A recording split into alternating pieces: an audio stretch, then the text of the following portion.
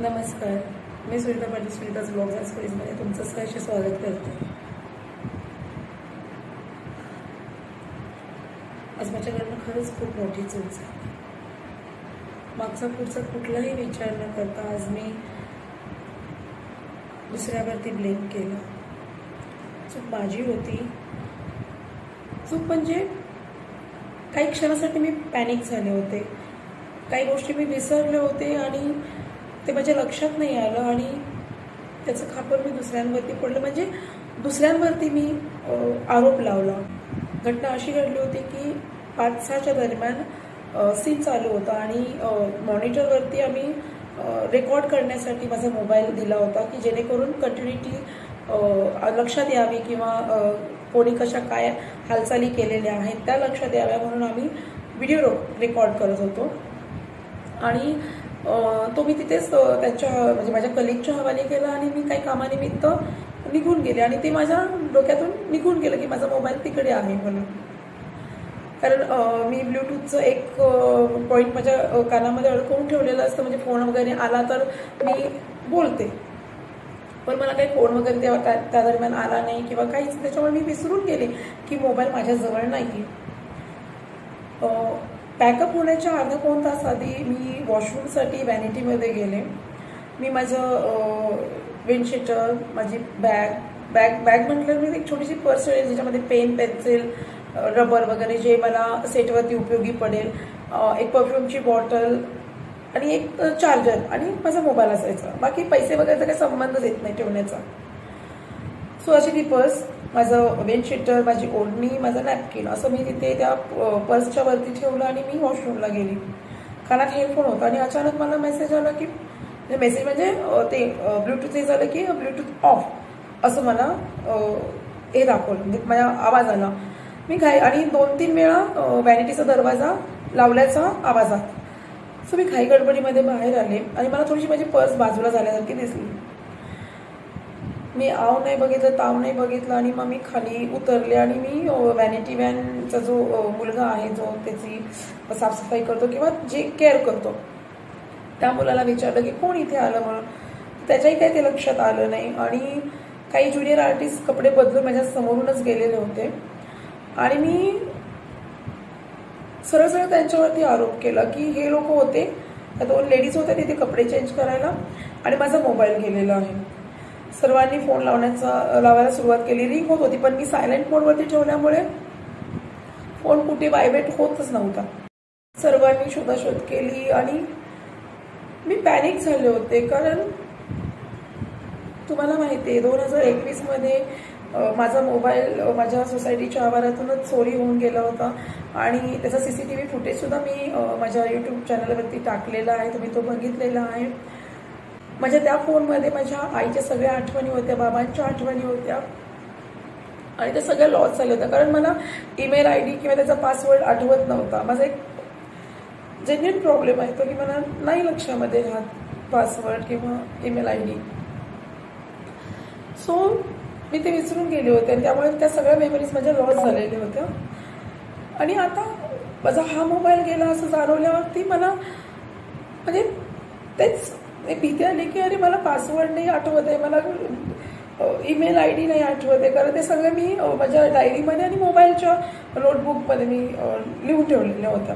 माझा आधीचा मोबाईल गेला त्याच्यामुळे माझ्या आईच्या वडिलांच्या मेमरीज गेलेल्या होत्या आणि आता हा मोबाईल गेल्यानंतर सुद्धा माझ्या वडिलांच्या, माझ्या भावाच्या सगळ्या मेमरीज माझ्याकडनं जाणार.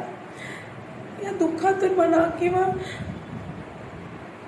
मला नाही काहीच सुचलं नाही आणि मी बोलून गेले त्यांच्यावरती. मी चोरीचा आळ टाकला. सगळीकडे शोधाशोध झाली. सगळेजण शोधायला लागले. फोन करतायत, फोन लागतोय पण फोन समजत नाहीये काही. खूप शोधलं आणि अचानकपणे जेव्हा जिथे सीन लागलेला होता तिथे मॉनिटरवरती गेल्यानंतर मला कळलं की माझा मोबाईल तिथे आहे. त्या क्षणाला मी तिथे बाकड्यावर बसले. मला खूप लाज वाटली स्वतःची की मी असं कसं वागू शकले की मागचा पुढचा विचार न करता, काही प्रूफ माझ्याकडे नसताना फक्त अविचाराने मी दोघींना दोषी ठरवलं, त्यांच्यावरती आळ घेतला. तिथे क्षणभर बसले, माझा बीपी एकदम लो झाला, मला काही सुचेना, मला गिल्ट फील होऊ लागलं. मी खूप खूप रडू लागले. मी म्हटलं माझ्याकडनं ही चूक कशी झाली. पण ते आहे ना की एकदा बाळ धनुष्यातून निघाला की तो परत येत नाही, तसं माणसांच्या शब्दांचं सुद्धा आहे की एकदा तुमच्या तोंडातून शब्द निघाले तर ते परत नाही येत. माझं नशीब चांगलं म्हणा की मला पूर्ण युनिट चांगलं मिळालेलं आहे. त्या 2 बायकांनी सुद्धा मला समजून घेतलं. त्या बोलल्या, ताई नको टेन्शन घेऊ, मिळेल तुझा मोबाईल. त्यांना जे बोलले होते त्यांनी ऐकलं होतं की त्या म्हणाल्या, अगं ठीक आहे तू बोललीस, कारण तुझी अवस्था आम्ही समजू शकलो, आम्हाला नाही तुझा राग आला, पण तरी सुद्धा त्या सगळ्यांच्या मनाला ती टोचणी लागली असणार. आणि असं मी आता इतके वर्ष इंडस्ट्रीमध्ये काम करते, मी बघितलेलं आहे, स्वतःच्या डोळ्यांनी ऐकलेलं, कानाने ऐकलेलं आहे की जेव्हा कोण सेटवरती असं काही घडतं ना तेव्हा प्रथम आळ घेतला जातो तो ज्युनियर आर्टिस्टवरती. आणि आज ती चूक मी सुद्धा केलेली आहे. मी अविचाराने का होईना माझ्याकडनं ही चूक झाली. मी त्या दोघींवरती आळ घेतला की मी कितीही माफी मागितलं तरी मी जे केलेलं कृत्य आहे ते खरंच खूप चुकीचं आहे. असं करायला नको होतं. मी कधीच आधी असं काही माझ्याकडनं घडलेलं नव्हतं किंवा मी असं कोणावरती बिना प्रूफ किंवा कुठल्या गोष्टीचा शहानिशा न करता असं मी कधीच कोणाला ब्लेम नाही केलं. पण आज ती चूक माझ्याकडनं झाली. कदाचित एकटेपणाची जाणीव होती म्हणून, आणि वडिलांच्या मेमरीज आता ते माझ्याजवळ नसल्यामुळे म्हणा किंवा काही माझ्याकडे चूक झाली.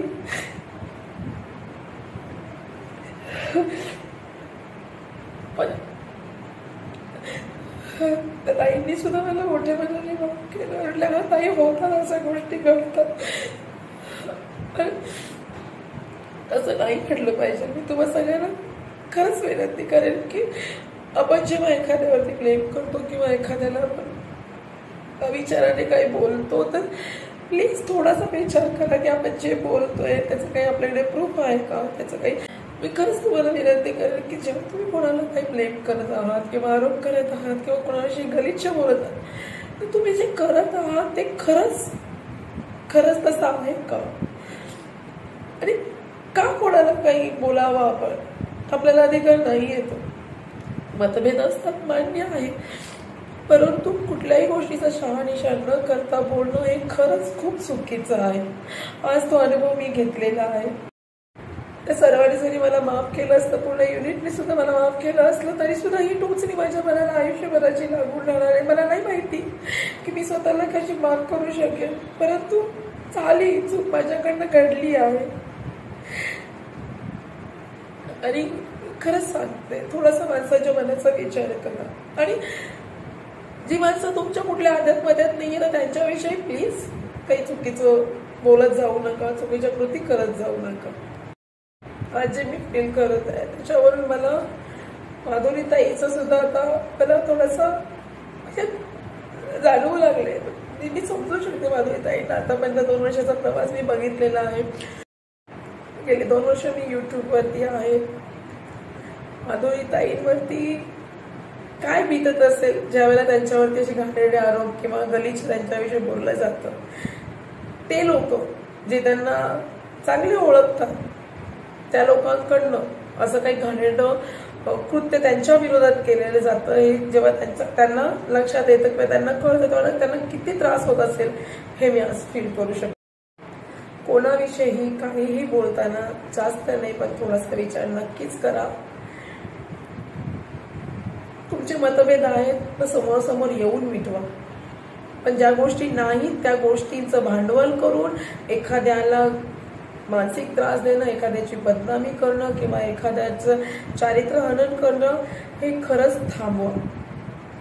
खूप झालं आता.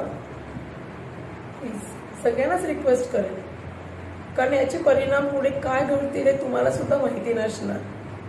कारण आज आपण दुसऱ्यासाठी खड्डा खोदत आहोत तर त्या खड्ड्यामध्ये आपण स्वतःच प्रथम पडतो. आज माझ्याकडून जी चूक झाली ती पहिली आणि शेवटची आहे. यापुढे माझ्याकडनं अशी चूक कधीच घडणार नाही हे मी स्वतःला मी स्वतःला वचन देत आहे की असं मी पुन्हा कधीही करणार नाही. आणि पुन्हा त्या 2 तायांची मी खरंच माफी मागते. जमल्यास तर मी उद्या नक्कीच व्हिडिओ बनवेन आणि त्या तायांची मी तुम्हा सर्वांसमोर माफी मागेन. आणि आज मी खरंच तुम्हा सर्वांची माफी मागते की माझ्याकडनं हे चुकीचं कृत्य झालेलं आहे. तुम्ही लोक सुद्धा मला समजून, माझी मानसिक अवस्था समजून मला माफ कराल अशी मी आशा ठेवते.